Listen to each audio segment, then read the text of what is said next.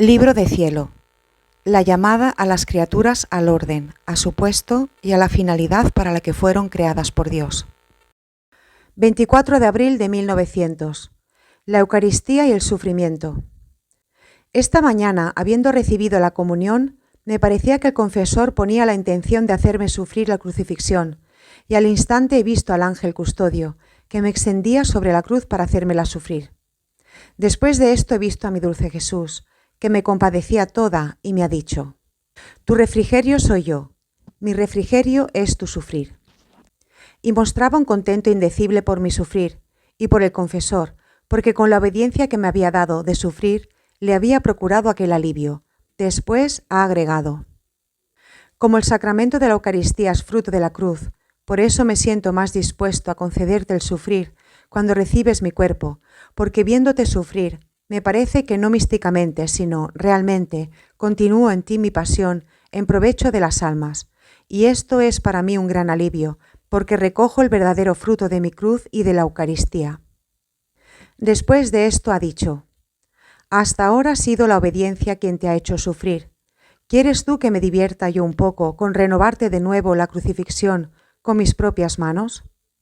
Y yo, si bien me sentía muy sufriente y aún frescos los dolores de la cruz participados, he dicho: Señor, estoy en tus manos, haz de mí lo que quieras. Entonces Jesús, todo contento, ha comenzado a clavarme de nuevo los clavos en las manos y en los pies. Sentía tal intensidad de dolor, que yo misma no sé cómo he quedado viva. Sin embargo, estaba contenta porque contentaba a Jesús. Después de que me remachó los clavos, poniéndose junto a mí, empezó a decir: cómo eres bella, pero cuánto más crece tu belleza con tu sufrir. Oh, cómo me eres amada, mis ojos quedan heridos al verte, porque descubren en ti mi misma imagen. Y decía tantas otras cosas que sería inútil decirlas, primero porque soy mala, y segundo porque no viéndome como el Señor me dice, siento una confusión y una vergüenza al decir estas cosas. Por eso espero que el Señor me haga verdaderamente buena y bella, y entonces, disminuyendo mi vergüenza, podré describirlas. Por eso pongo punto. 25 de abril de 1900. La pureza en el obrar es luz.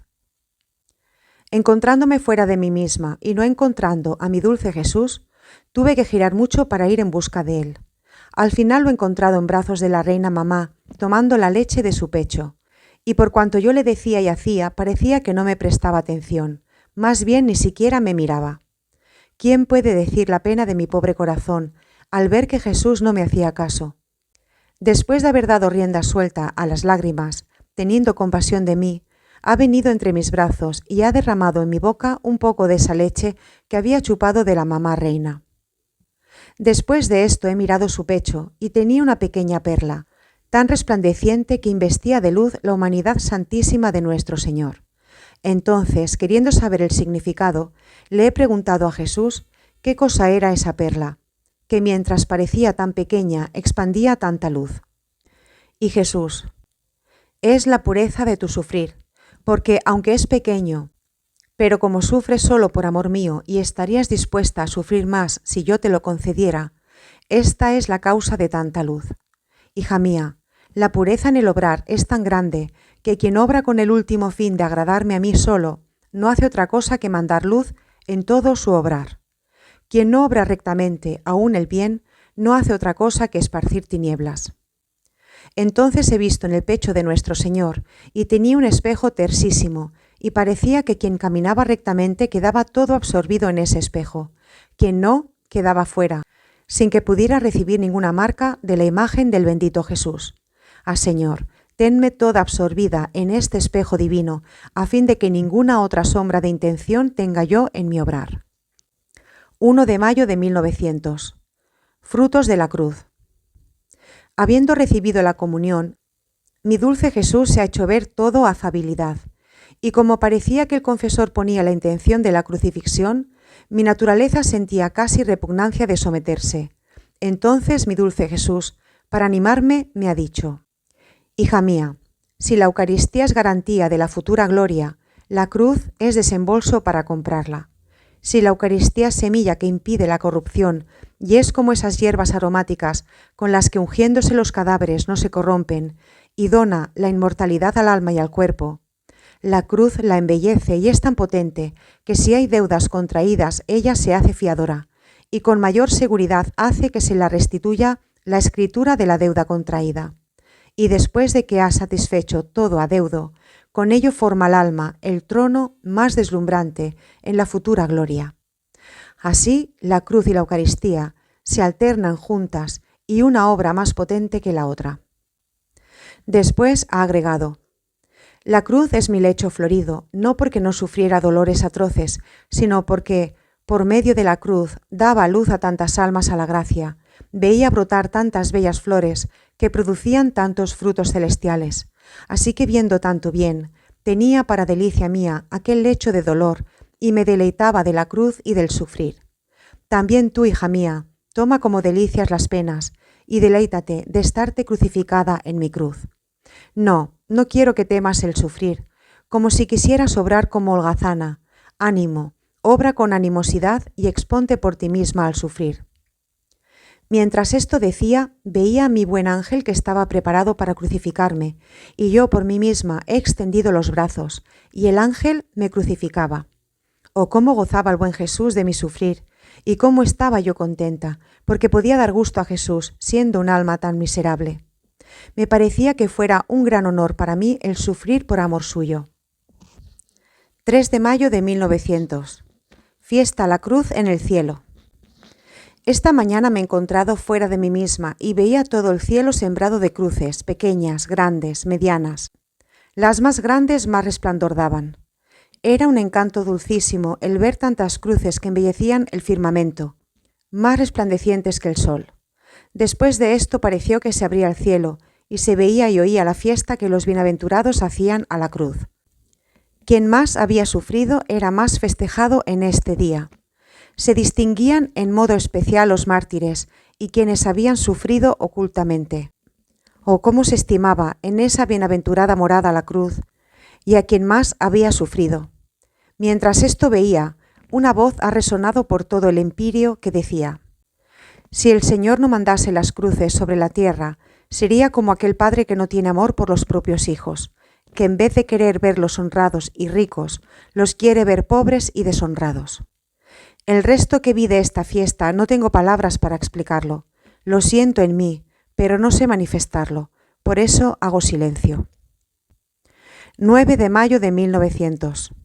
Luisa ve el misterio de la Santísima Trinidad en forma de 3 soles. Después de haber pasado días de privación, y no solo eso, sino también de turbación, esta mañana, encontrándome más turbada sobre mi miserable estado, el adorable Jesús al venir me ha dicho: tú, con estar inquieta, has turbado mi dulce reposo, así no me deja reposar más. ¿Quién puede decir cómo he quedado mortificada al oír que le había quitado el reposo a Jesucristo?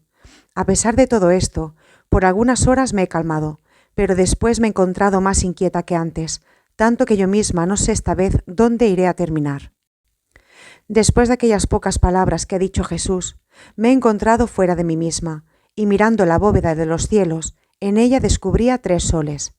Uno parecía que se posaba en el oriente, otro en el occidente, el tercero en mediodía. Era tanto el esplendor de los rayos que emanaban que se unían unos con otros, de modo que formaban uno solo. Me parecía ver el misterio de la Santísima Trinidad, y el hombre formado con las 3 potencias a imagen de ella. Comprendía también que quien estaba en aquella luz, su voluntad quedaba transformada en el Padre, la inteligencia en el Hijo y la memoria en el Espíritu Santo. Cuántas cosas comprendía, pero no sé manifestarlo. 13 de mayo de 1900. Privación de Jesús. Continúa el mismo estado y tal vez aún peor. Si bien hago cuanto puedo para estarme quieta sin turbarme, porque así quiere la obediencia, pero con todo esto no dejo de sentir el peso del abandono que me oprime y llega hasta aplastarme. Oh Dios, ¿qué estado es este? Dime al menos en qué te he ofendido. ¿Cuál es la causa? Ah, Señor, si quieres continuar en este modo, creo que no podré resistir más. Por eso, en cuanto se ha hecho ver, poniéndome una mano bajo la barbilla, en actitud de compadecerme, me ha dicho: pobre hija, ¿a qué estado te has reducido? y haciéndome partícipe de sus penas. Como rayo ha desaparecido, dejándome más afligida que antes, como si no hubiese venido. Es más, me siento como si no hubiese venido desde hace mucho tiempo.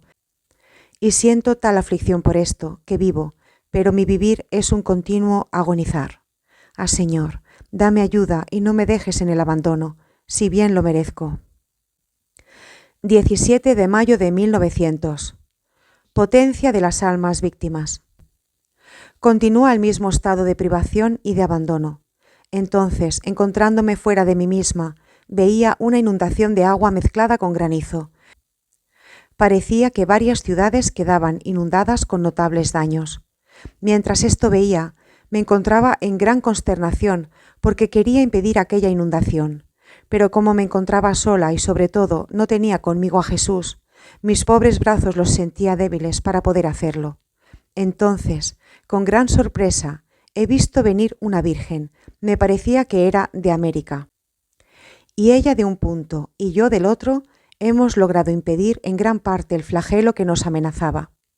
Después de esto, habiéndonos reunido, veía aquella virgen con las insignias de la pasión, y coronada con corona de espinas, como también me encontraba yo, y a una persona que me parecía que fuese un ángel, que decía: «Oh potencia de las almas víctimas, lo que no os es dado hacer a nosotros, ángeles, ellas con su sufrimiento lo pueden hacer. O si los hombres supieran el bien que les viene de ellas, porque están para el bien público y particular, no harían otra cosa que implorar a Dios que multiplique estas almas sobre la tierra». Después de esto, habiéndonos dicho que nos encomendáramos mutuamente al Señor, nos hemos separado. 18 de mayo de 1900. Llenar el interior de Dios. Me encuentro aún privada de mi adorable Jesús, a lo más alguna sombra veo.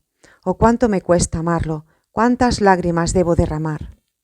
Esta mañana, después de haberlo buscado y esperado mucho, lo he encontrado en mi misma cama, todo afligido, con la corona de espinas que le traspasaba la cabeza. Se la he quitado poco a poco y la he puesto sobre la mía. Oh, cuán mala me veía ante su presencia. No tenía fuerza para decir una sola palabra. Jesús, teniendo compasión de mí, me ha dicho: «Ten valor, no temas, procura llenar tu interior de mí y enriquecerlo con todas las virtudes, hasta que se desborden fuera. Y cuando llegues a desbordarlas, entonces te llevaré al cielo, y terminarán todas tus privaciones». Después de esto, ha agregado tomando un aire afligido: «Hija mía, reza, porque están preparados 3 diferentes días, uno lejos del otro, de tempestades, granizadas, rayos, inundaciones, que causarán gran daño a los hombres y a las plantas». Dicho esto, ha desaparecido, dejándome un poco más aliviada en el estado en el que me encuentro, pero con un pensamiento: ¿quién sabe cuándo llegaré a desbordarme? Y si no lo hago, tal vez me tocará estarme siempre lejana de él.